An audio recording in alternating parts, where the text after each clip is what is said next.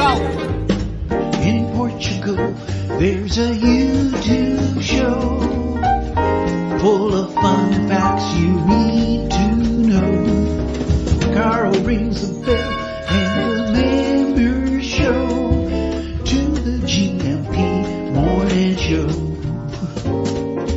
Featured guests will come and they will blow your mind. The audience will do so in kind. The little vanity mixed with some insanity on the morning show with GMP. Good morning, Portugal, and I'd like to welcome you to another fantastic day. Hey, you gumpers.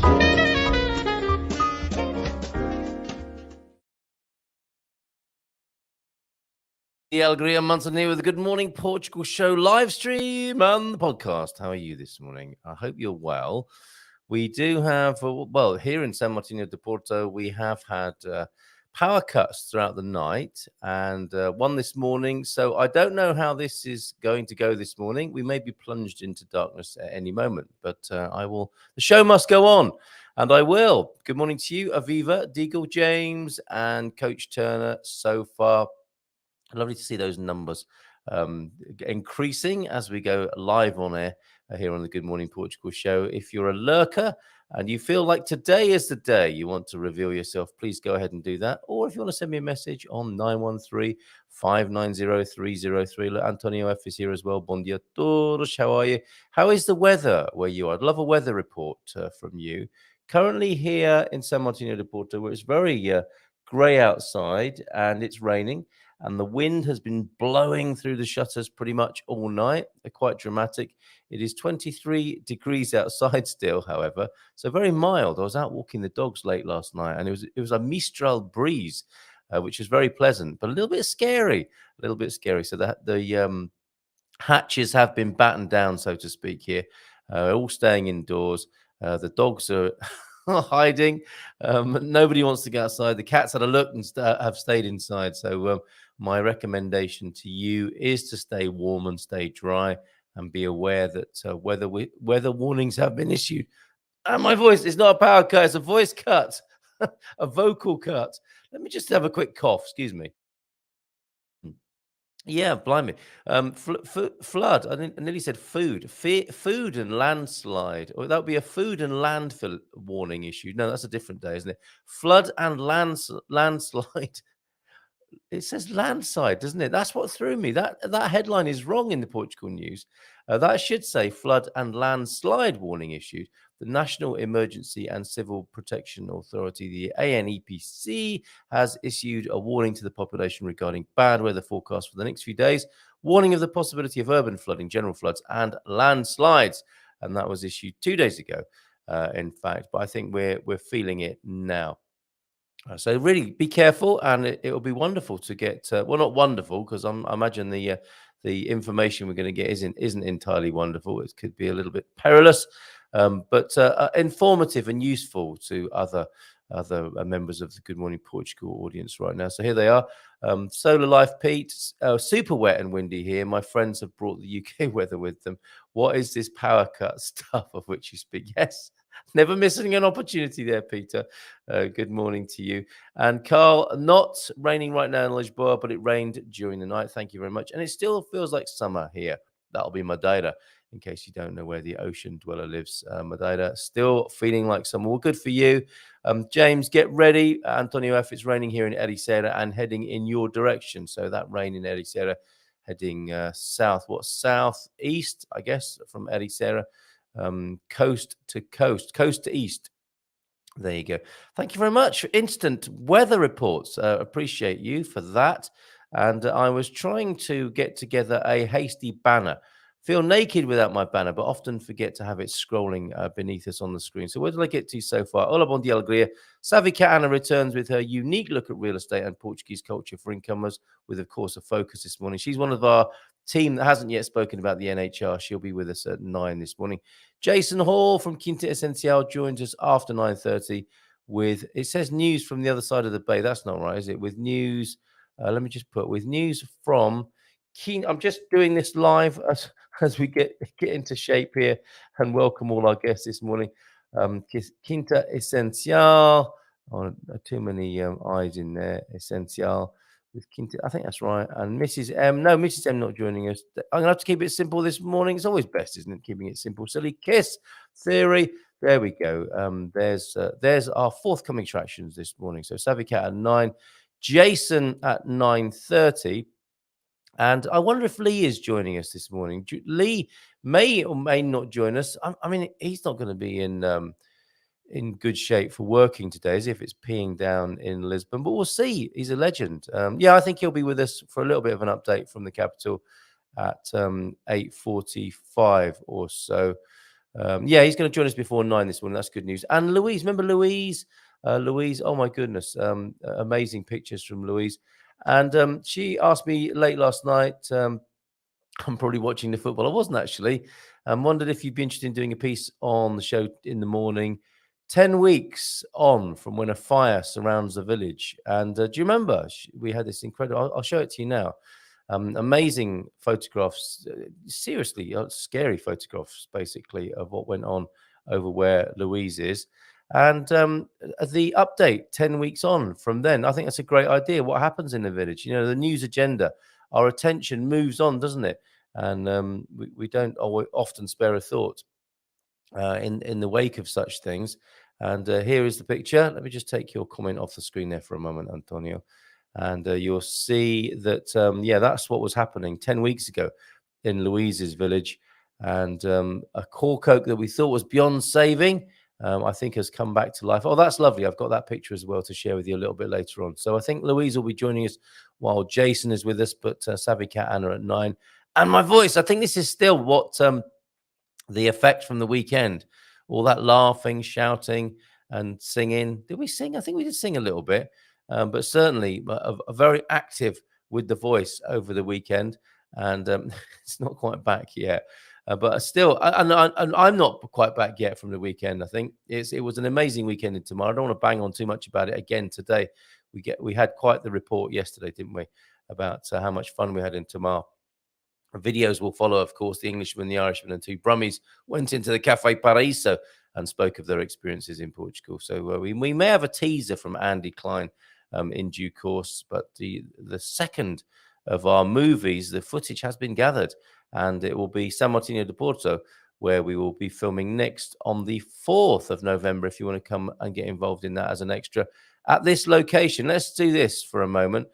This is doing really well. I had a chat with Marco at this establishment, the Storytellers Palace in San Martino, where we will be filming in November the 4th, around the Discovery Weekend in San Martino de Porto. If you've wanted to come here for months or years, it'll be a great opportunity to do so. We'll have a lot of Gumpers in town. And it is our home meetup, of course. And this is the new meetup for networking and know-how. So not quite as informal as our normal regular Wednesday meetup. That will go on, as usual, in the Palmera Cafe, and a few hundred meters away in the Storytellers Palace. We'll have a slightly different set lunch, including soft drinks, which I have a suspicion might include Imperials as well. 25 euros for that. And a little bit more formal, a bit more networking and that sort of thing in the beautiful environment of the Storytellers Hotel. So we're looking forward to that. RSVP direct to me. I think we're almost into double figures with just very gently, soft launched this, if you like. Oh, itchy ear. Soft launched it. And people that don't know, saying, oh, yeah, I'd like to come along to that. How do I RSVP? Well, just drop me a line, Carl at Good Morning Portugal, or 913-590-303. And that's a 1 o'clock event. And I'm sure the food will be beautiful. That will be prepared by Marco himself. We'll have if you see where the cockerel is on the terrace, that's the bar. And if the weather's good, we'll be out there having a drink. And certainly part of the session will be out there, taking in the beautiful view of the bay. That's what you don't get to see. That's what all those windows are looking at on the front of the building near the beautiful bay of San Martino de Porto. So join us for that. That's, not long away now, is it? Just over a week away. My goodness, time flies when you're doing loads, basically. And tonight, if you want a bit of meetup action tonight, join Heather over there with friends at Cabaret Voltaire Lounge in Caldas de Rainha expat meetup. Join us and meet new people. A bit of a fundraiser for the Rei de Leonardo Animal Shelter as well. Bring your dog and cat donations, wet food preferred. That's about the dog and cat donations, not what you'll be eating tonight at the Cabaret Voltaire Lounge on Rua Alexandre Herculano, 21 at Caldas de Rainha between 6 and 8 this very evening. Thank you very much for your visual dad joke. Chinese Terry is from Worcester, funnily enough. So Worcester came up over the weekend. And your visual dad joke this morning. Thanks, James, for filling in the tea duck-shaped hole, the void of Cain Sabias, the void of deep thoughts and dad jokes, and you doing manfully well with your contributions, James. Thank you very much. And I hope your trip to Espino went well. I absolutely love Worcestershire sauce. What's so special about it? It's hard to say. Yes. Worcestershire, just in case anybody wants to know. But I mean, that's not an easy word, is it? Worcestershire there. But yeah, absolutely love it. It's hard to say what's so special about it. Very good. Thank you, James. And I think you got some others. So let's go to the chat and have a look at some of your other humorous contributions. Oh, while we're talking about meeting up and doing things together, Gumpers doing stuff together. I saw Philomena, of course, over the weekend, and husband Paolo, and there will be a trip to the Golgan Horse Festival. I don't want to give too much away and cause confusion, which I definitely did last time. But I think Philomena won't mind me saying there will be a trip to the Golgan Horse Fair. Pete knows and loves that event and was there with Philomena. And there will be a Silver Coast departure to Golgan, and we'll be going to the castle, Almorol. We'll be going to the photographic studio. Philomena talked about this, didn't she, last Friday? So we'll be heading that way. And the finer details and booking will be available soon. Isn't that exciting? You may already be in touch with Philomena. And if you want to get on that trip with us from the Silver Coast to the Golgan Horse Festival, drop her a line. Bom dia todos from Louise. Yep. Portuguese. What's that? Still clearing forest areas after the fire in August. You see, whilst we were concerned and worried about the fate of Louise and family over there 10 weeks ago, things do change, don't they, for your individual view of life. And you can forget, can't you, what people are still struggling and dealing with. And Louise will give us an insight into that. No, please don't bring donations of cats and dogs. There are enough of those, aren't there? Goodness only knows. Bring food for cats and dogs. Wet food preferred, not prepared, preferred. Golgan is absolutely awesome. Last year was a scorcher as well. The Orca Massive are coming in force this year. So we'll see you there, Pete. I think there'll be a convergence. There'll be a bus from Miranda de Corvo. There'll be one from the Silver Coast. And clearly there'll be one from Orca as well. The Orca Massive, the massive Orca will be there with you. Lee McGrady joins us in just a moment. Let me just see who I haven't said hello to yet. Lee, I think indoors. He's not going out in this. So yeah, James, Pete, Antonio, Louise is here. And who else was here? We've got quickly a God Squad tip of the day then before we speak to Lee. Cheers, Coach Turner, for this. Bon dia todos, back to training today as my Achilles is much better. So 4 sets of tempo runs. They are 100 meters at 80%. Walk back 50. Oh, I see the walking back. You see, you could run from where you ended up, but the walking back is important, isn't it? As a bit of a cool down and the intermittent part of the activity. So running at 80%, full pelt. Walking back at 50, then 50 at 90% is designed to improve speed endurance. Thank you for that. And you can do that with walking. It doesn't have to be a sprint, does it, Coach T? You can do that when you're just walking down the street and surprise all the people around you. God Squad tip of the day, probably the most important exercise for us as we head past retirement age is the step up. What is retirement age now? It helps us to avoid, I mean, if you're a woman in UK, retirement age is 92 now, isn't it? It helps to avoid bungalow legs. The second is the squat. Great for strength and flexibility. And James, reaching out earlier on this morning to Coach Turner, I really appreciate all your coaching and feel encouraged that I'm already doing a lot of what you suggest. Nice one, James. For example, I take stairs 2 at a time. Look at you. If I'm not carrying a lot of weight, suitcases, etc., I try to remember to stand from my chair using only my legs which helps with balance too. Do you groan as you get out of the chair? That's a sign of aging, isn't it? Groaning as you get in and out of the chair. And that's a good tip, isn't it? To not use your arms to push you out, but use your legs, your hips, and your thighs to get out of the chair. Well, all of your legs, of course.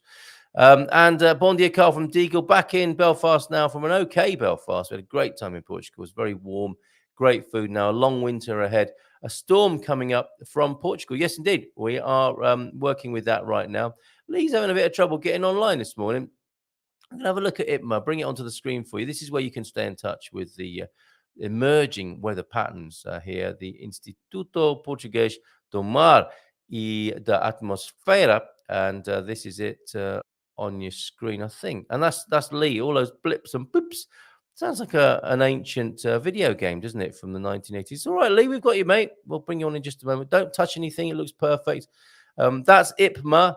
What are they saying over there today? Yellow weather warnings. Oh, look, Madeira's got a yellow warning, even though it feels like summer for you there. And I think over half of Portugal has been issued with weather warnings, orange and yellow. If I just hover on that, you'll see. You can hover over your part of the country where we've got a coastal event in Leiria, where I am. That's my district.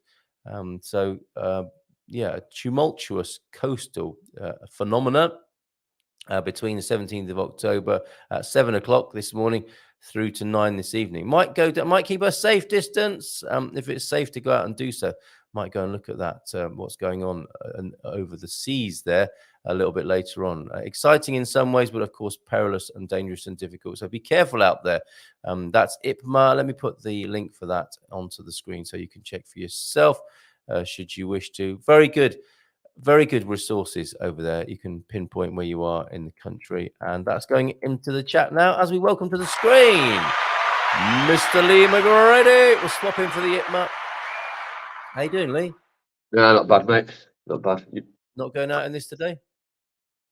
I was meant to. My parents were due in on a cruise ship today, so I've changed my diary around so I could have the day off to spend the day with them.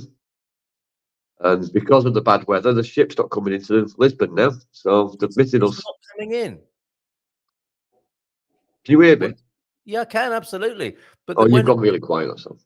Okay, I'll shout a little bit. So when the seas are rough, the cruise ships stay out of the Tejo, do they? And they stay out at sea. Well, apparently last night it was between 5 and 10 meter waves outside of Lisbon. Was it really? So, yeah. So it was too dangerous to enter the river. So, wow! And I expect your folks would be delighted to be moored up in Lisbon rather than facing waves of that sort of scale. I think they'd like to got stuck here rather than being out at sea. Yes, indeed. But yeah. They were coming. Obviously, they're calling to see the grandkid. They won't come to see me. So. I'm guessing that a cruise ship holiday would not appeal to you, especially. No. It's not your kind of holiday, is it? No, not my idea of a good time. Right. And how are you? What have you been up to? You know, what's going on in the gardens of Lisbon at the moment? Biggest thing at the moment is the crane flies. It's that time of year. So crane flies, daddy long legs. Yeah. As far as I can work out, everybody in Portugal that's got a Facebook page about gardening is being killed by them. They're destroying all the grass roots. So that's like a big thing at the moment. That's something that's happening a lot. Okay. Apart from that, it's just... Tell us more about that. So they whilst we see them and think they live in the corners of the house, especially this time of year, sort of seeking refuge, they actually live in lawns. They lay their eggs in lawns, do they, and cause trouble in the lawn? The larvae, just before they hatch into flies, become ferocious eaters of grass roots. And it kind of happens over the space of 2 or 3 nights, and they can destroy a lawn. Really? Yeah. Well, they can make a real mess of it anyway. Yeah. And the remedy for that? Chemicals. Obviously. Okay. Poison. Right. It's only been a bit. Yeah. No, you've got to poison it. You've got to treat it before. We know which gardens are worse, and we try and treat them up to it. But Yeah, it's the first signs you got to put chemical down and just get rid of it. Right. Okay. And so that's And it. then, It sounds like things are fairly quiet in the garden at the moment. And you're just into routine maintenance. yeah, And I'm just into routine maintenance, picking up leaves and yes. trying to avoid getting wet. Yeah, yesterday was okay. I got 10 minutes of soaking wet yesterday, but apart from that, there was nothingness. But the forecast a full week of it now. Okay, and we do like a McGrady moment. You often reflect on, take a little bit of a philosophical look at life. Anything been on your mind recently about what it is to be a human being at this time in history? No, I've been pissed all week. Ah, yes, well done. I've been drunk for the last 2 weeks. I've not thought about anything apart from getting up in the morning, going to bed at night. It's probably not a It's bad been idea, marvelous. quite frankly. Yeah, I can imagine. And this, of course, forgive me for not congratulating you on a very successful, from the pictures I'm seeing on social media, you're having a very successful not sober in October. How's it going? It's not the first time I've not been sober in October. I have noticed. Yeah. And I always find that this time of the month gets a bit difficult. The hangover starts to bother me a little bit. Yeah. And trying to remember to post it on Facebook's the hardest bit now because I'm just into the routine of drinking. So it's good fun. You hang on in there. I had a nice night last night. We're rooting for you, and it's quite an arduous schedule by the sound of it. The idea is what? To make sure you drink every single day of this month. I normally drink every day anyway, but I just drink a little bit more. And the idea is I have to post it. So my friends back home in England that are doing sober October get to see me getting drunk. Yeah, you're not really helping them, are you, with their efforts to clean up their act? And Well, is this because stupidly, a few years ago, they invited me to try sober October. So how did it go? well, no, it didn't happen. That's why I do not sober October. And is I this do it because, just like I send the pictures of me not doing it. and is this a sort of sticking it to the man and all these health Sticking it things? to my mates, yeah. Well, sticking it, but also I get the feeling that if ever you get a whiff of the nanny state telling you what to do in life, and if there's anything sort of ideological going on like that, you push back. It depends. I agree with some of it, but the rest of it, yeah, I try not to conform too much. Be your own man. Okay. All right. And did you have to get into any? Well, I mean, I guess you've been training all year. To be fair, for this. Yeah, I've really put the training hours in to be prepared for this month. Yeah, I've really made an effort with it. And what can we do to support you in this? I mean, Absolutely nothing at all. Really? Absolutely nothing at all. I need no backup. I'm quite capable. Not even words of not even words of encouragement. Because as I know people think this is easy, and to be honest, you do make it look very easy. But there must be dark nights of the soul. There must be moments where you think, I just can't go through with this. Those sort of things that top athletes go through. Absolutely not. About 1:45, I'll wake up in a panic thinking, did I post pictures this today? That's my only concern. Okay. Anyway, while I'm at home, I should really get the baby so you can meet baby Eve again. Oh yes, please. All right, well, go get just him. Gonna... You want to see how she? All right, so he's popping off to get baby Eve. She is so beautiful. Gets her looks from her mum, Okay, well, I can say that while he's disappeared off the screen for a minute. The Orca Massive are sure to have a whale of a time.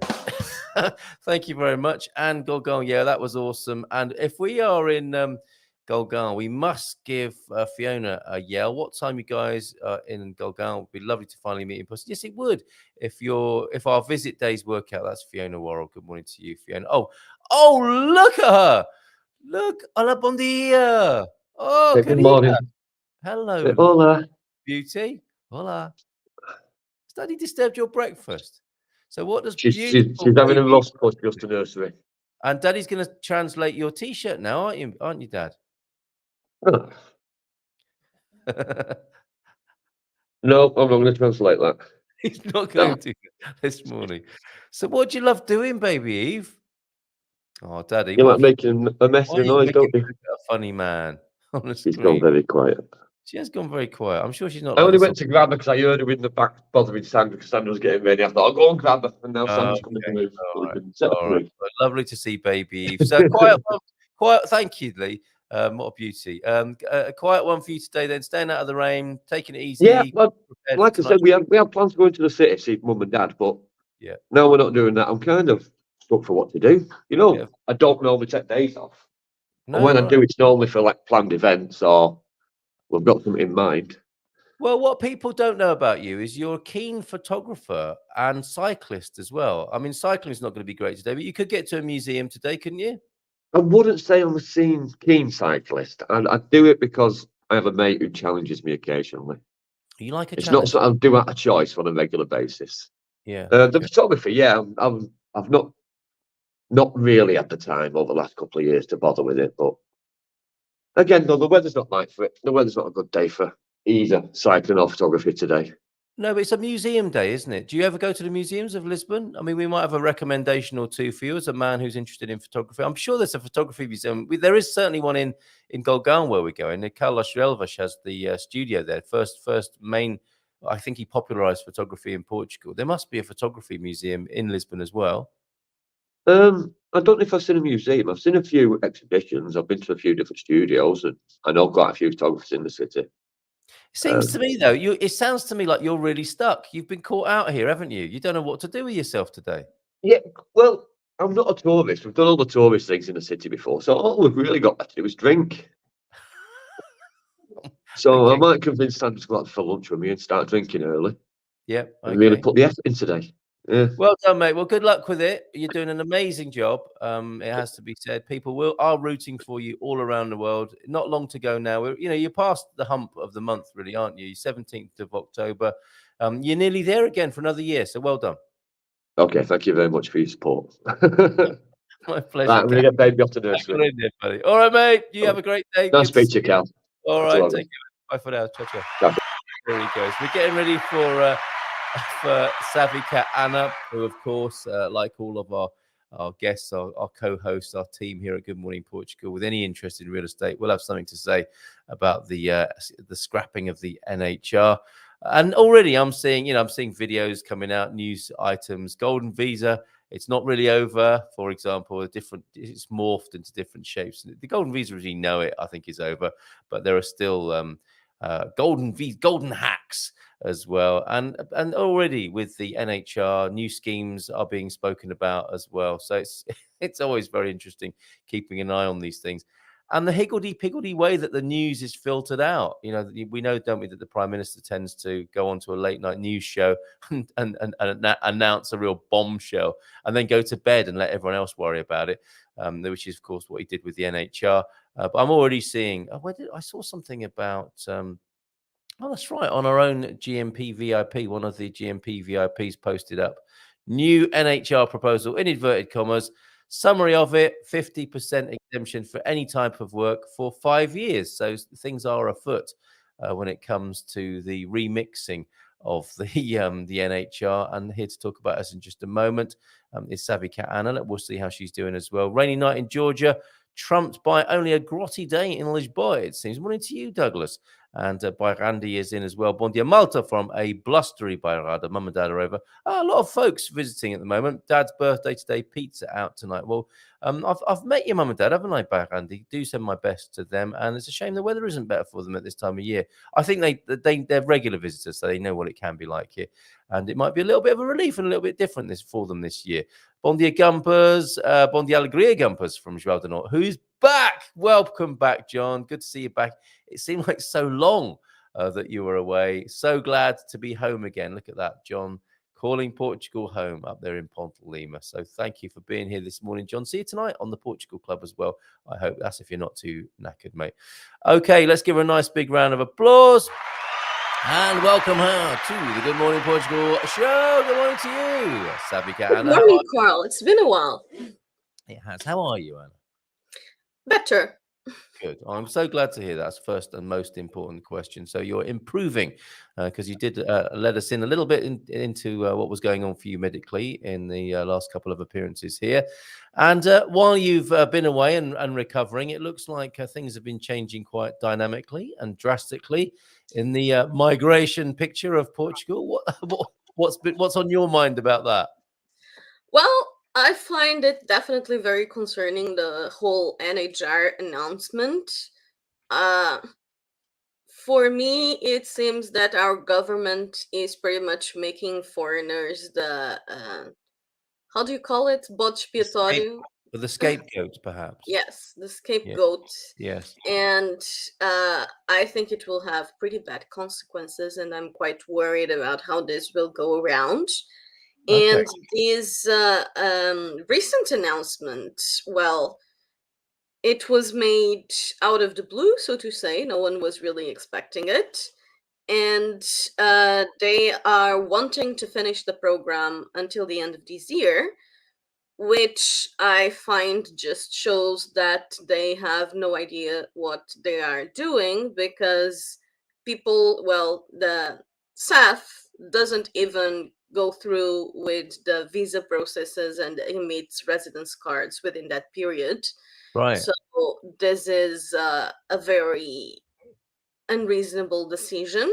Yes. It's not a final decision yet.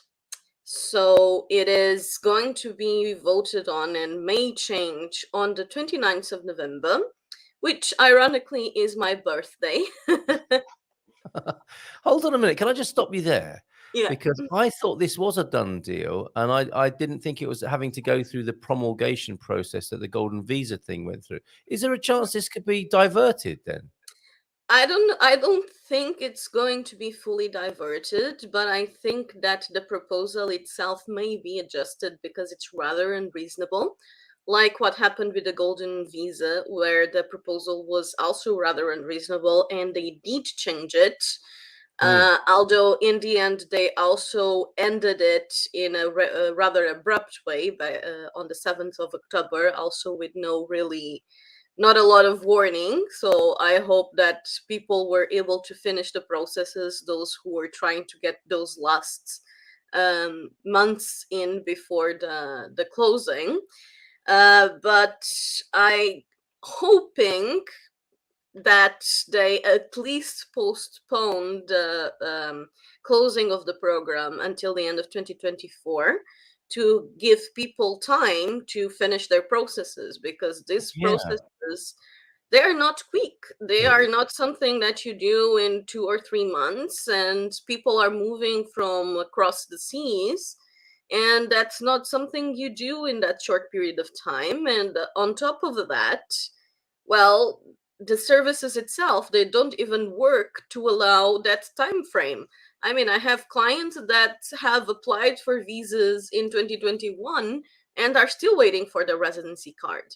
Yeah, yeah. Well, you make a good point there. You called it unreasonable, and it is, isn't it? I mean, to have one part of the government making decisions that another part of the government or the administration can't keep up with, which penalises the people in that process, doesn't seem at all fair. And you would hope, wouldn't you, that there will be some mitigating circumstances and there can be extensions for people who find themselves in that position. But not only that, I mean, the people processing that are going through their own reorganization at the moment, aren't they? So, this is adding further burdens to the administration. And yeah, I suppose the saddest part of it all, which is where you began with this, is who gets the blame for that? It's all these foreigners coming over here trying to make a life here and spend money and buy property and these sorts of things, and who can be a Well, political to be scapegoat. fair, I kind of understand what it's coming from, Yeah. because the NHR program does give a lot of tax benefits, and it's rather unfair from a resident perspective with the amount of taxes we pay. But I don't think it's reasonable at all to end something so abruptly when it's something that people plan years for. Like, Yeah. at least give them time to finish their process. Mhm. And the housing issue, it's definitely a very real issue, and I've been talking about this multiple times. I don't think this is the right approach to the problem, but I can see how this may improve the situation on the housing side and on the pricing side, and maybe have the prices come down a bit. But like I've said multiple times, I think that this issue could have been tackled in a different way, but it would have to be tackled back when it started. And this is Yeah. the whole thing of the lack of control on real estate transactions and lack of control on pricing, and people can just price however they want. There is no information, there is no control, and that just leads to an out of control inflation on the market that happens in a lot of places. And I think that the first area that felt that the most was the Algarve, with all the foreign interest. And ironically, I don't think that the Algarve is going to be much affected by all this. Well, maybe a bit, but it's still a popular vacation destination, and still a lot of people want to buy vacation homes, and tourism is still a business. I Yeah. think the Algarve will be much more affected by the changes on the alojamento local, the short rentals policies. I don't know if you already discussed that here. Well, yeah, I mean that makes a lot of sense. That will change things, but it just seems short-sighted to me. And I actually one thing I wanted to acknowledge before I say that is your business is built on this sense of fairness, isn't it? I mean, you want people to come to Portugal, you want foreigners to come here, and you want to help them buy property here. And you don't. I mean, I know that's like it's almost like one of the articles of your organizational constitution that shouldn't happen at the expense of Portuguese people. This can be a win-win, can't it? It can be a pie that gets bigger for everybody, rather than this situation which we seem to be going into, which I think if it's left only to the government, it's very likely it will be like this, given what we've seen, in terms of their tactics, that it will look bad. It will look like it's the foreigners that are doing this. And it is an unfair situation for local people. And I applaud you for taking that. And it's not an easy position to take, is it? To run a business that wants to honor both the incomers and the native people, and to make sure they get a fair deal as well. How do you think that's going? The government aren't helping you with that, are they? No, the government aren't helping me at all. I'm definitely concerned. I very much hope that they don't decide to give me a rotten birthday present on the 29th. But Yeah, I don't really have much control over that, and I may just have to spin the target audience for my business, yeah, because, as you said, my business has been very much about balance. And definitely the NHR program is something that a lot of my clients were looking forward to. So this affects my business very deeply. yeah, And like I said, I understand where the measure is coming from. I don't necessarily agree with it, but I think it should at least give people enough time to finish the processes they already started, which mm, is not the case with the proposal they made. yeah. And it does seem to me to be a little bit, I don't know, is it counterintuitive, but to kill the market, to stop people coming, whether that's based on a reality or just a perception or an emotional knee-jerk reaction, doesn't seem the best thing for an economy to me. If you Yes, want I'm to also promote, concerned on the long-term impact this will have, because truth yeah, is, as you know, the government is making a lot of money with these incoming foreigners, and it has been a very big source of investment also in real estate, and a lot of renovation has happened in the cities thanks to this kind of investment. And I am wondering where they are going to get this income they are pushing away from. And I don't think that the Portuguese people will actually be happy with the result of this on the long term, but we'll see. yeah, yeah, yeah. Well said. I mean, the simple thing to do would be to fund the building of some social housing, would it not? As a major step forward. What's so This difficult about that? this is something that has been discussed multiple times, but as government projects tend to go, they just don't happen. Yeah, right. So I know, for example, of a location here in Porto that has already been assigned for reconstruction for affordable housing promoted by the government. And the person who told me about this was my father back in like 2018 or 2019. My father is no longer with us, and until the date, not a single work was done on that property. You're kidding. No. Right, okay.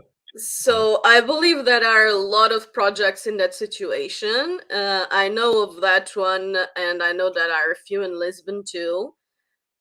Ironically, the private projects do tend to move forward a lot faster. And ironically, once again, the things that make the projects harder for the private sector and investors is exactly the government and the town halls with all their pushing back. So I can give you a very real example of a client of mine who's making a very big development in Gaia, and he purchased we actually agreed on the purchase of the plot in 2021, but the purchase itself was only made in like September 2022. And we have been working with town hall since like mid 2022. It's been over a year now, and the situation has pretty much been restarted because they changed the town hall staff, and the new staff pretty much has completely different ideas and wants to make just change the whole project. I mean, what can be done about that, Anna? This is something that's clearly scandalous, basically, isn't it? And what can be done is the problem with this that there is such an entrenched sort of bureaucracy, and that am I right in thinking that I'm not sure how to put this, but the civil service, the bureaucracy itself, will be a major supporter of the government. So the government don't want to lose the votes of the civil service, and so they don't want to upset them too much and get things like this moving. The government, it sounds to me like the government won't treat the civil service harshly, the administration, the bureaucracy harshly, because that's where their voting base might be. I don't think that's the issue at all. I think the Right. issue with the public service is bad management, and Okay. that the people on the high charges, the high office positions, are just really bad at their jobs and really Is that misplaced, and what we call in Portugal tachos. So when someone is put on the position because they know someone, we oh, call that tacho. okay. And there's a lot of tash in public services, and they make them work terribly. And I can give you also a very real example. So my mother is an environmental engineer that works for town hall for a very long time, and she used to be the head of the water department until her reports started being too inconvenient, and she was moved to the sound department, and now her head of the department is a psychologist. Oh, okay. Right. So your family don't sound entirely happy with that promotion or position there. So practically, what would it take then? It would take a new government or a new set of politicians who are willing to tackle this issue of in some circles it's called the Peter principle, isn't it, where people are promoted up to a level of incompetence. And from what you say, it sounds like there might be quite a lot of that inside the Portuguese administration, where people get promoted not necessarily because of their skills and competence, but for other reasons. And it might be a sort of lifelong thing, a sort of job for life situation, where they become a blockage and an inefficiency, which is actually becoming counterproductive for the local and national economy we're seeing here, and becomes a political issue. Are there any political parties that are noticing this and bring it to people's attention and want to stick a laxative in there, so to speak? I think in general, everyone knows about this. The issue with the public services is that it's also because of the Portuguese law. It's very, very hard to fire people, and in the public sector, most of the people are with effective contracts, so long term, like board contracts. Yes. And once again, going back to the example of my mother was head of department, so she was kind of the top of her career and earning a good bit. and she was moved to another location where she is kind of how do you say it, redundant. But she gets still paid the salary as a chief because she cannot they cannot reduce her child's salary legally. So now she actually earns more than her chief at her department, even though she's actually redundant staff. But she's about to retire, so there's that too. But overall, I think it's a problem of how the legal system was built around employment that also is not helping in this situation at all, because truth is, it's very, very hard to kick out incompetent people and prove their incompetence. And generally, the government is not really willing to go through that process. So people just stay there, or they can just be convenient to the other people on top. And I think that the only way to change this would be to change the head of the department to people who are more, I think, people who actually have a business mindset and look at it like a business that has to be efficient. Because what happens right now is that it isn't efficient, and generally the priority of um, the public services is to save on their budget regardless of the service they are providing, but they are just bleeding money with all this bad positioning of staff. Yep, it's not an unknown phenomena around the world, is it? Thank you for that little bit of cultural insight there, Anna. Cheers, Carl and Anna. You guys rock, says Milan, who's joined us. The NHR, why not phase it in like Anna suggests? Sounds more streamlined. Also, it's just all politics, lack of control, pricing is just lacking in long-term planning. It will make an impact on expats. So let's go back to that, Anna. And it will make an impact on locals and the local economy too. Yeah, right. And you sound a somewhat sort of grave and serious about this, and the implications of it long term for your business. What sort of conversations are you having with your clients at the moment, and how can you help people? Like, that's one of the problems right now, because nothing is set in stone right now. So we are telling them what is the current proposal, but truth is, this may not be the final proposal, but we cannot give any guarantees of that. So generally, people that are already in Portugal and had already started the visa processes, we probably are able to get them the NHR process started until December by certificate of residence. But those of our clients, which we also have, that are were starting the process but are looking to move next year, it's going to be very hard, especially if they are overseas. Like, if they are in Europe, it's much easier because you can just have a rental and have a estado de morada, and you can say that you are a resident and you can move forward with it. But we don't know. Actually, literally, my lawyer called the services and they couldn't give us a straight answer on whether or not they will be requiring the people to have their residency cards in order to start the residency in the NHR, which would make sense. The issue is the SAF is very, very delayed with the residency card attribution. Of course, of course. So, but you are continuing to help people. It's a rather grey picture at the moment, but you are helping people get over the line with this.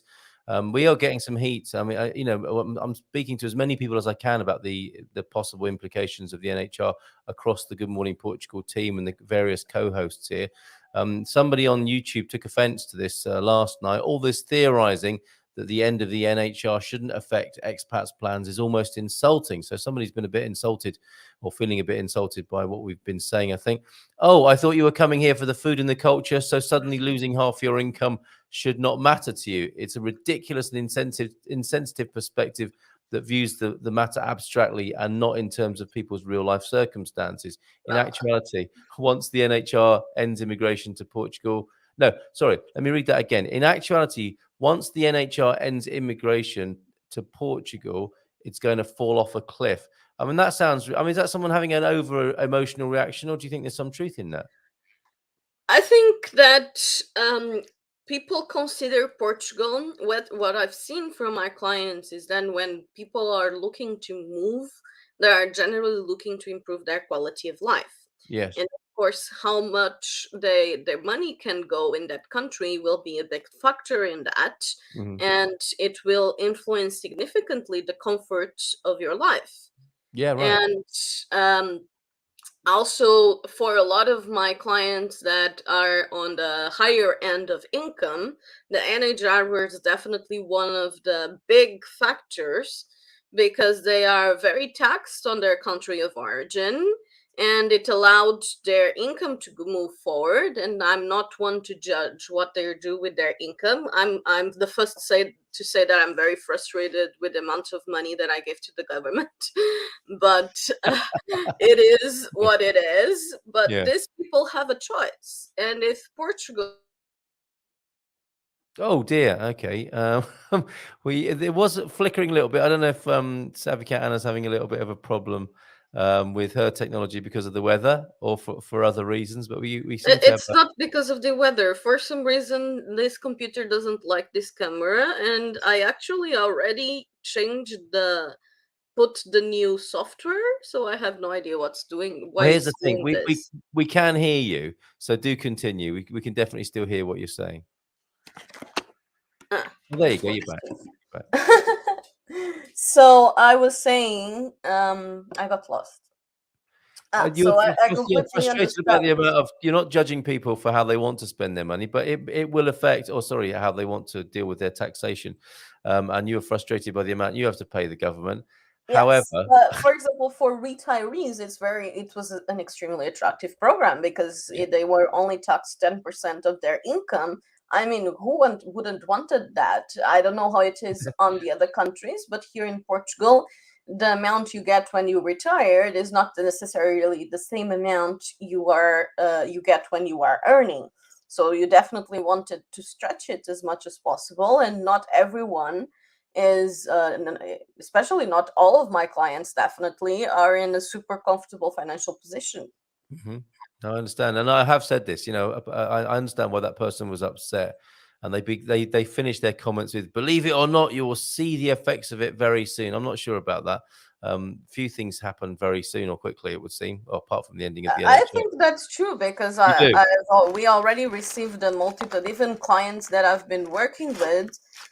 We already received many contacts saying that they will start considering other countries, because if they were still at the start of the process, they aren't really stuck here yet. yeah. Okay, well, fair enough. We shall see. We shall see. And in the meantime, you will be continuing to help people, of course. Anna, for those people who don't know you, what services are you offering to people? So we basically provide a full package of relocation services. We support with the visa process, and this means the things that you need to obtain in Portugal, because we cannot work in your country of origin as much as we love to. Yeah. Currently, another thing that is being very complicated is the bank accounts. It's being harder and harder to open bank accounts online. So we are shifting mostly to opening in person, as we've been having a lot of issues with the banks. And I know there are other services that provide this bank account opening. I don't know how they are doing it, but I already got all my lawyers involved, and I have maybe they have a contact inside. But it's been very hard for us to open accounts online, even when we have the contacts inside. So hopefully the other guys still find a way. And I'm actually also hoping that Revolut, the online bank who applied to get a headquarters in Portugal, does get that through, because it would make the online bank account opening so much easier. You're But right. I mean, I've been waiting for this for a long time. They are headquartered, aren't they, in Porto for sure, Matosinhos, I think. And yeah, but they haven't been approved by the Bank of Portugal yet as an official bank, I think. yeah, but I would imagine the banking industry is not keen to welcome them among its ranks, but we'll see what happens with that. Yes, I really hope they do, because the banks are getting really, really complicated lately. And I understand why, because basically the government put them in a position where they are working they are doing staff job. So basically, the government made it so that it's their responsibilities to screen visas, which is just silly. And then it becomes a whole, we call it peixe de rabo na boca, so a whole circle, because which we've is been slippery, yeah. having multiple replies where the banks just say, oh, you need the visa to open the bank account, but then you need the bank account to choose to have the visa. So Yeah, absolutely. We've got a question that's come in here from Kendall Lampkin, a new name on the screen here. Does the end of the NHR affect the pension of government pensions from the US? I think we understand, which was exempt from Portugal taxes because of the dual taxation treaty. it wasn't exempt. It had a lower taxation, which was the 10%. Yeah. And yes, it will affect. Oh, we've lost your sound now, Anna. For some reason. Oh yeah, you're back I again. don't know why it's happening, the sound part, honestly. Yeah. But yes, it will affect pretty much everyone, because the NHR was exactly the regime that allowed for this lower taxation. So Yes. it's going to be removed, which means that you get the regular Portuguese taxation, unless they create another type of program, which we both know that the government hasn't been very effective in doing. Sure, but there are rumblings for sure, aren't there, about what might replace it or what it might evolve into. Specifically for Kendall's question here, if I could test my understanding of this with you, Anna, and compare it to yours, you will be paying the difference between what you would pay, if any, back in the US, and the difference between that and the tax rate you would be paying here in Portugal. So it would, I mean, like it would have done anyway. After 10 years, it would have changed. Unfortunately, it is not that simple. So it depends on something called the Oh, are these the exemptions, not the double taxation treaties? Yes, Something that's how it's called, right? So that is something that really needs to be analyzed with on a case by case scenario with international taxation expert. Because it's going to depend on these treaties and how, if they exist or not, because some countries don't have these treaties, which means that you actually get double taxed. And then some countries you have these treaties where it happens where what you were describing. Yeah, and you'll be paying the difference. I think it's unlikely with the US you'll be paying twice, but I suspect you'll be paying the difference. But as Anna quite rightly says, this should be assessed on a case by case basis, and there are no useful generalities here. Yeah, I think there's some general guidance possibly, but you must do your own numbers with a Portuguese and a tax accountant or tax expert in the country of origin to know exactly how this is going to affect you. And we've got the added complication. It's not settled yet, is it? So when the could you just DTAs, they remind are us? supposed to, avoid double taxation. So in many cases, what happens is that you can choose where you are taxed, and usually people chose to be taxed in Portugal because it was more advantageous. But once again, it depends on the DTAs, the double taxation agreement. Well, I guess paying the difference is double taxation. It's true, technically. Yes, it's technically, but once I said it, like I said, it depends on these DTAs between countries, and they vary. Yeah, and I guess, do you want to pay the difference, or do you want to pay the a tax on the same amount in both countries, or on your original sum in both countries at the appropriate rates? To get your point, though, Mr. S, on that, we're coming up to 9:30. Jason Hall will be joining us soon. Any other message you want to give? Can we give people some comfort here, Anna? It's quite an unsettled picture, of course. What can we say to people? Well, honestly, I think the only positive thing is I actually found the measures on the alojamento local to be quite decent. Right. So I was also worried about that, because there was murmurs that were going to completely terminate the licensing for apartments.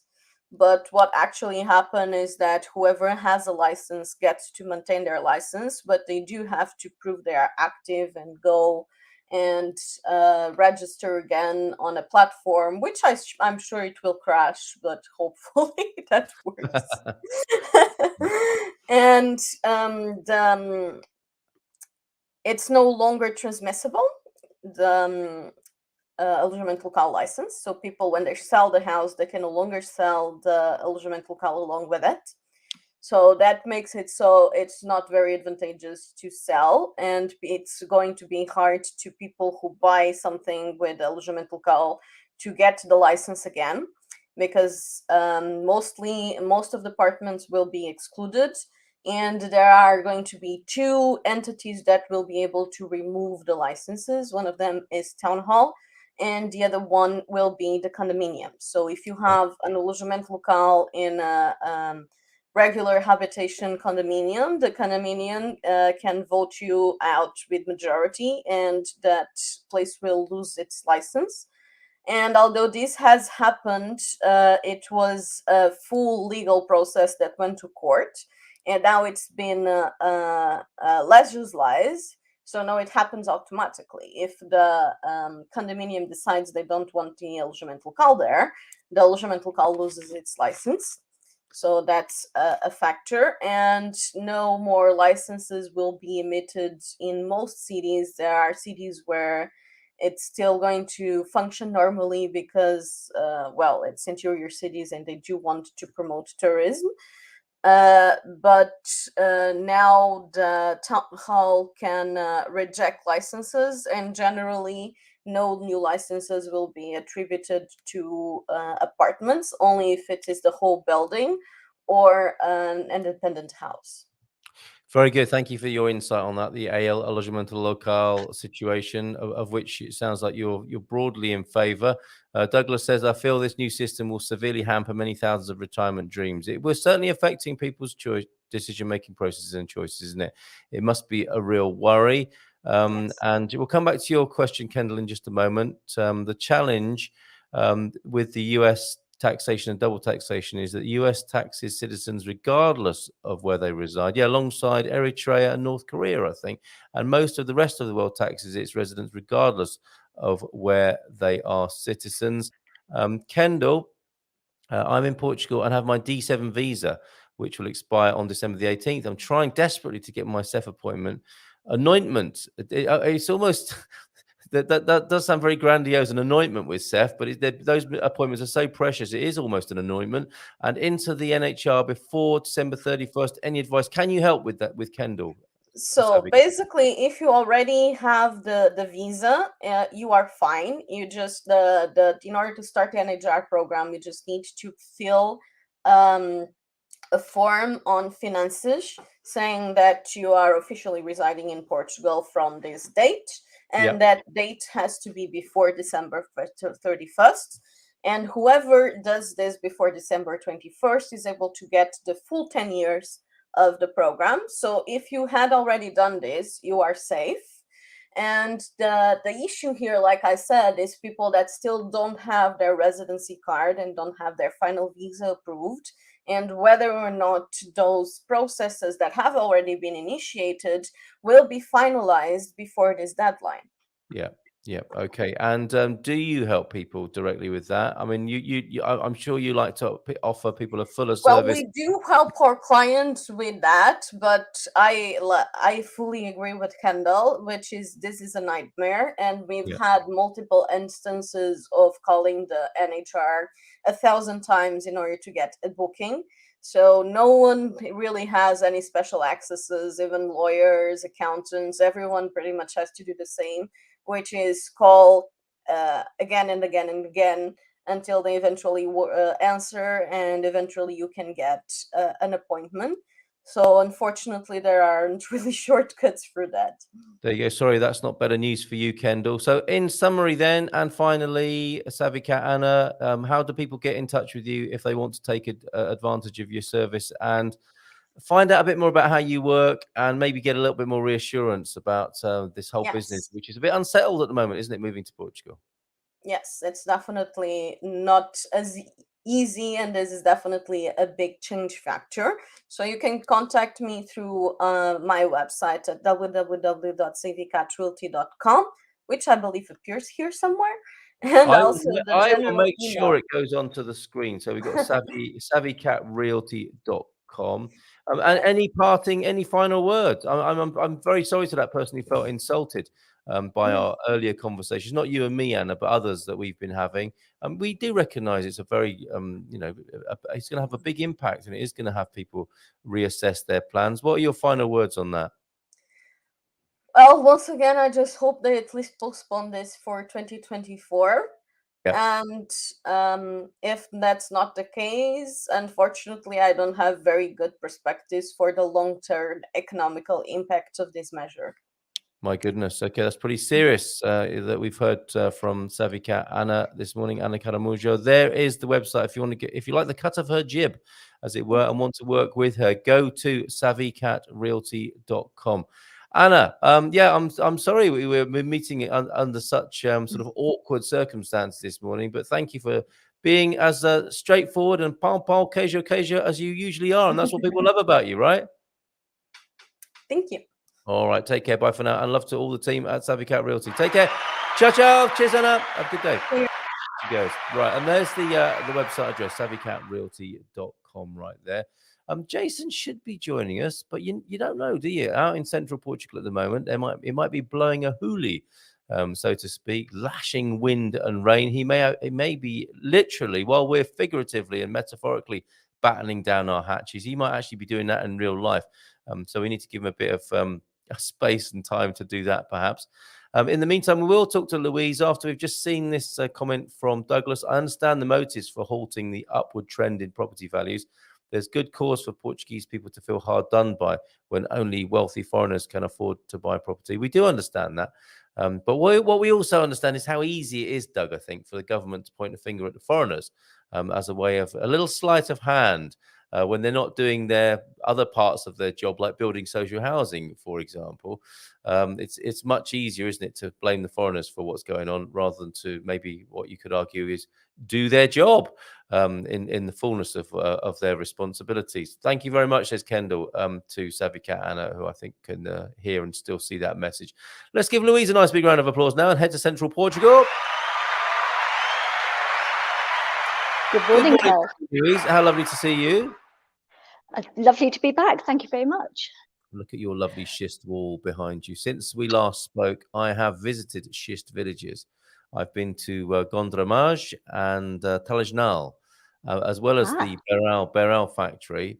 And these are all the things we talk about when we're on the upside of talking about life here in Portugal, right? And don't forget, everybody, you can still visit as a tourist. You can spend a whole 90 days here from most countries and come and enjoy those things.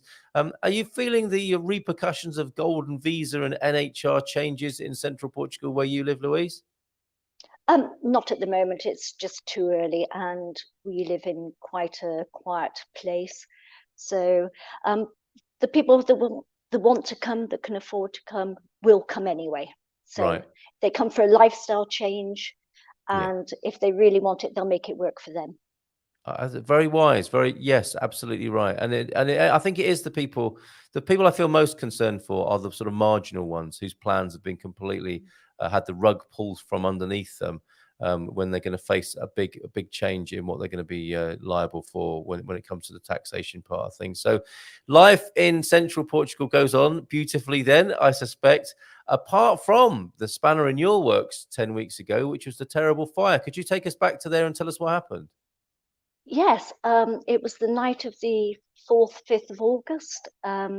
We got woken up by the sound of a roaring fire. My neighbours had also called us to say, prepare to evacuate and protect your property. And before we knew it, within 4 minutes, the fire had come over the ridge and into our village. By the time we chose to evacuate, because the picture you're showing is 4 minutes apart. That's how quickly the fire moved. We chose to evacuate because we had friends with us who were absolutely terrified. We got in the car whilst we could, because we live on the side of a hill.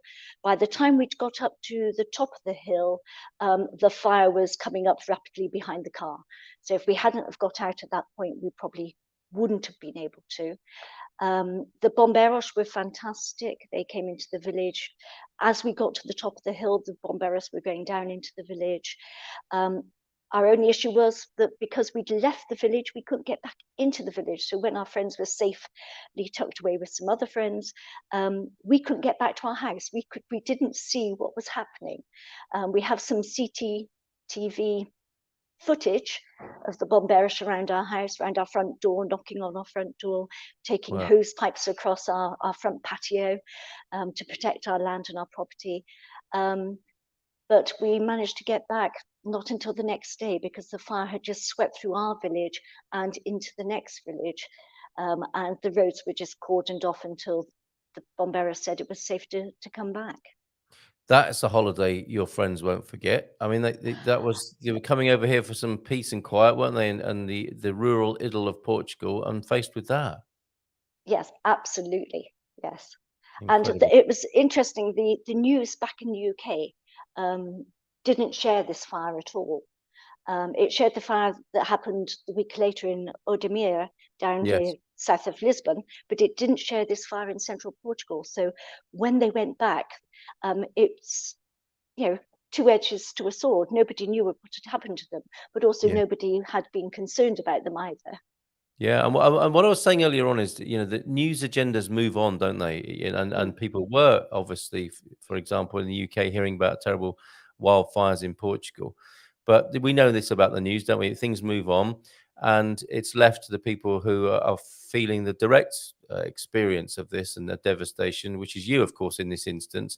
And it was a great idea of yours to say, might people like to know what goes on after that, and things can move on, can't they? And things can get forgotten about by the people who were once appalled by what they saw on the screen. And you're telling us what happens in the aftermath of such an incident, which I thought was a great thing to share. Is this perhaps a day or so after the fire you're talking about in your locality? No, I took that picture this morning. So Oh, really? 10 weeks ago.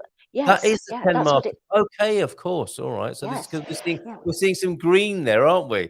It wasn't we looking are like seeing that some 10 green. weeks ago. No, 10 weeks ago, the day before the fire, that was a lush hill full of green. You couldn't make out the ridge of the hill. All you could see was trees. Amazing. Now, most of those trees have disappeared, apart from the ones that are still living. My goodness. So They've couldn't taken see out the hill for thousands. trees.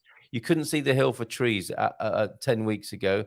No. And fast forwarding 10 weeks, this is what it looks like now. And we're glad to see the forces of nature are back, but still, devastation. Is the smell of smoke? I mean, it's clear what's happened there. Is the smell of smoke still in the air? You get a certain kind of smell, don't you, after forest fires?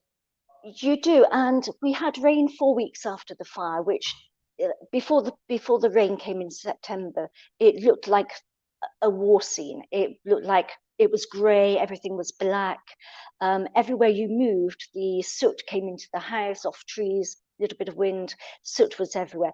The rain dampened all that down, but also enabled the ground to be sodden, plants to start regrowing. The eucalyptus is already growing back. And now we've had some further rain, and that's changed it again once more. We are now seeing lots of life coming back. Trees that we thought were dead. We have a cork oak tree. We thought we'd lost it completely, and it's bloomed back into life. Thank God we didn't cut it down. The left-hand picture is where it was totally singed, virtually hardly any leaves left on it. And now look at it on the right-hand side. That's a little blessing there, isn't it? I can only imagine. I mean, we've checked in on you. We've heard about what's gone on, and we've gone about our lives. But you've had a daily reality of this. Tell us some of what it's like, being in this process. Yeah, immediately after the fire, power cuts. So there were power cuts during the fire because the local authority turned the power off just for safety reasons to stop any electrical fires.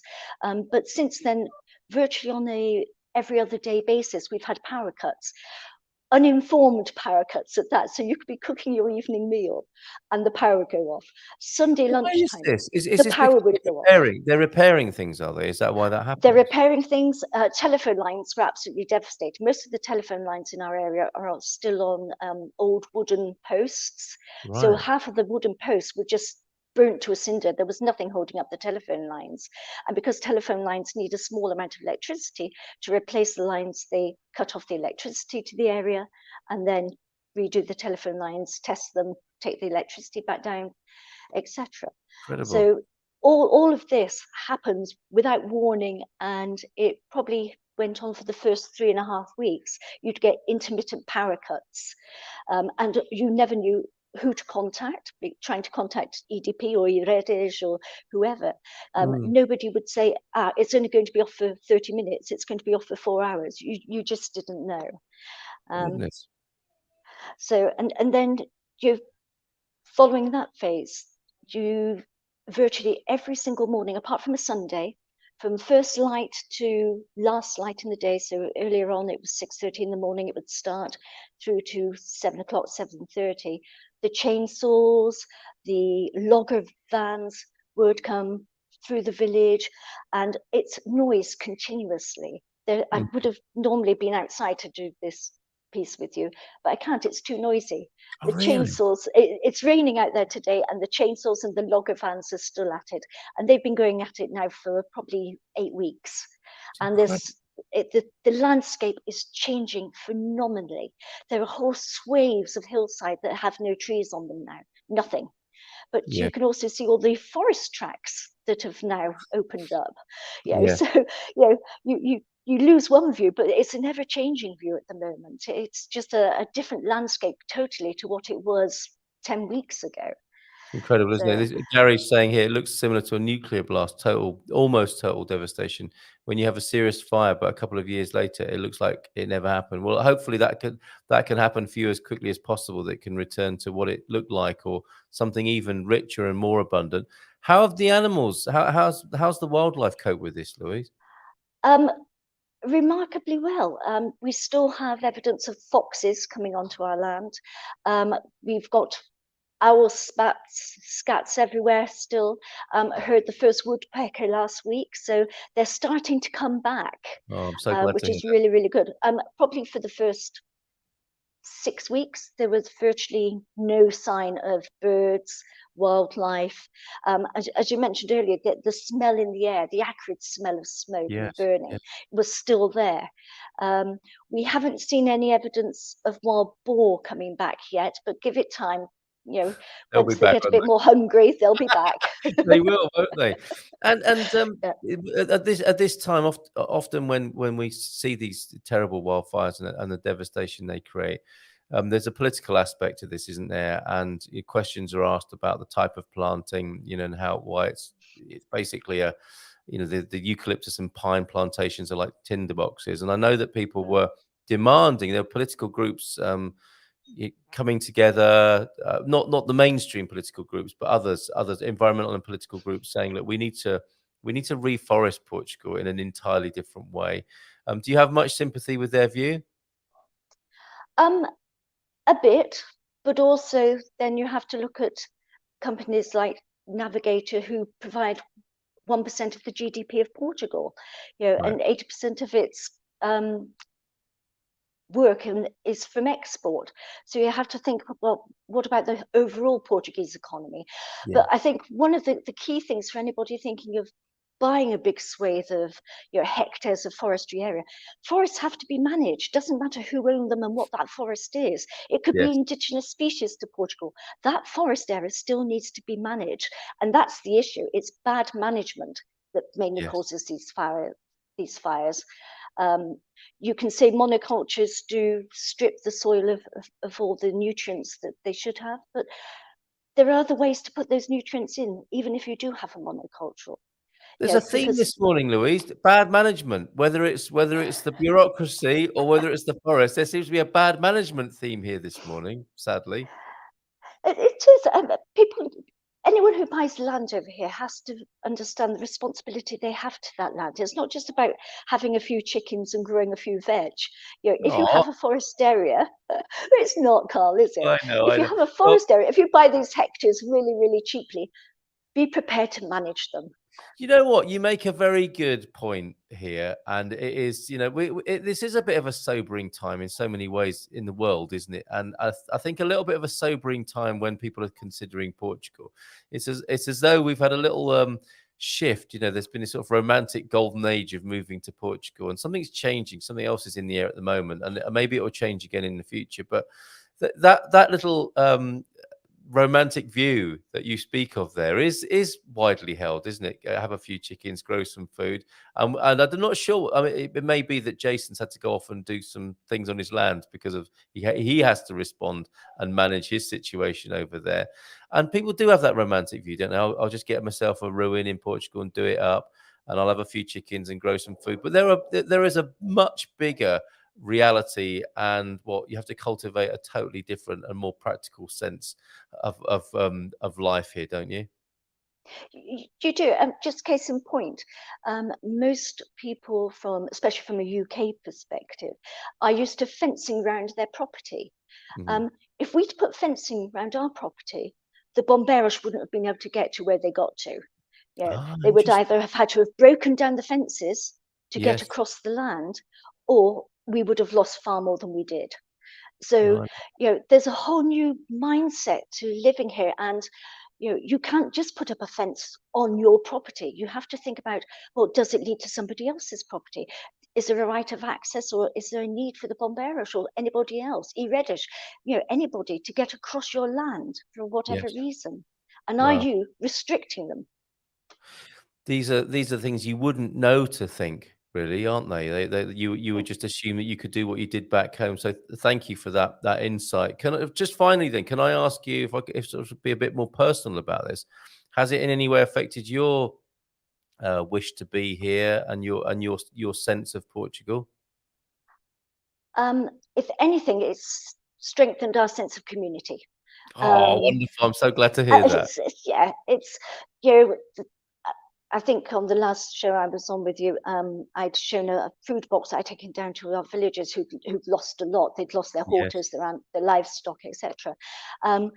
Now that the news got round, we're greeted like old friends in the bar now. We are Portuguese. We are accepted by our community, which is something we didn't expect or anticipate. When we are no longer the English. These are our neighbours.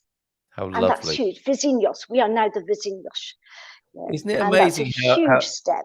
Yes, and it took this, didn't it? And often, I mean, what are we like, us human beings? It often does take a tragedy, doesn't it, for us to drop our guard and drop that fence that you spoke about metaphorically, as well as not having a fence around your property here for the reasons you gave. And here it is, perhaps the symbol then of what can happen. I mean, we do have this symbol, don't we? We have this motif of life in Portugal. Usually, it's you might come home one day and someone's left that on your table.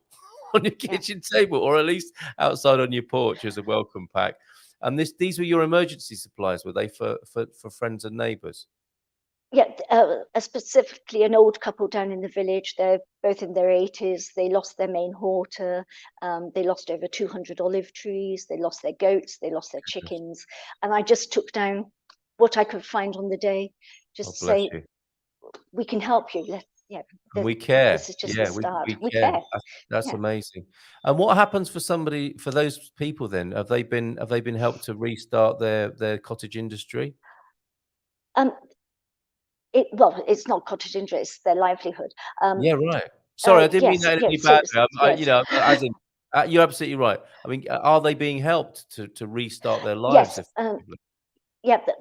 The day after, the camera was there, supporting them with the rebuilding of their barn, and clearing out their barn area. The insurance spoke. The number of visitors to the village has been huge. Right. Insurance brokers, camera people, surveyors coming along to look at the forest tracks and the roads around the area, Reddish to do all the electrical wiring. We've got new lights in the village where we didn't have lights before. The telephone lines have all been repaired, so that created lots of traffic. And as I said, the loggers. But this one couple, they've had a lot of support from the local camera. Couldn't praise the local camera enough for the support they've been giving them. And you might say this, and of course the local association. Yeah, and this is why we pay taxes as well, isn't it? Absolutely, yes. Yeah, to make that connection. However little they may be, if you consider how council tax in the UK versus IMT here. Totally different. There is no comparison. There is no comparisons, and nothing to complain about on that front there. With the equivalent of council tax, Gary saying wisely as well. Fire is a part of life here. This is a very useful thing to include as we thank you and say goodbye to you this morning, Louise. Fire is part of life here, especially in Central Portugal. And we have to learn to live with it. Having a good fire plan is an absolute must for starters. Fire gives new life to a forest. Ultimately, it's true. It's like a circle of life sort of stuff. And I bet you were glad, weren't you, Louise, that you had a good plan in place and you decided to move when you did, get out of there when you did.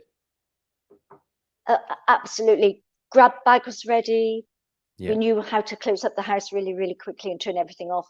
Our priority was to keep our friends safe and ourselves safe. We took the decision to evacuate and we were ready for that.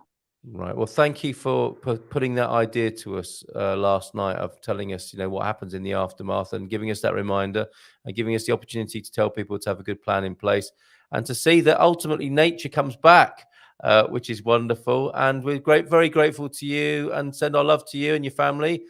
For, given what you've all been through as well, there is there's an emotional, psychological side to this. So thank you so much for bothering to share that with us this morning. You're very welcome, Carl. Have a good day. Right. And I'm sure we'll speak to you again soon. Thanks, Louise. Love to the fam.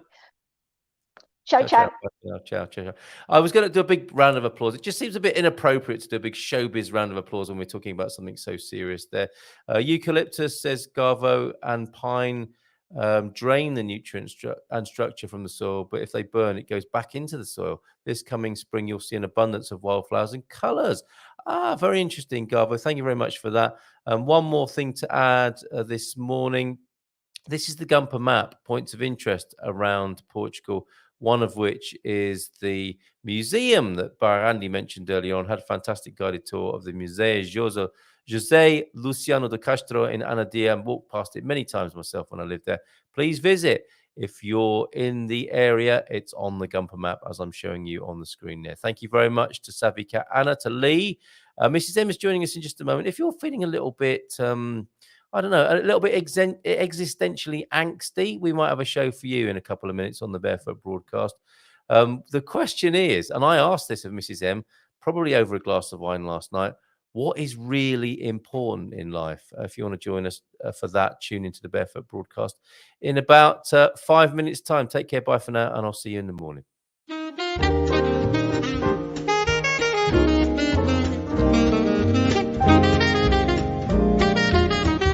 Bom dia, Portugal! In Portugal, there's a YouTube show full of fun facts you need to know. Carl rings the bell and the members show to the GMP morning show. Featured guests will come and they will blow your mind. The audience will do so in kind. The little vanity mixed with some insanity on the morning show with GMP. Good morning, Portugal, and I'd like to welcome you to another fantastic day. Hey, Gumpers.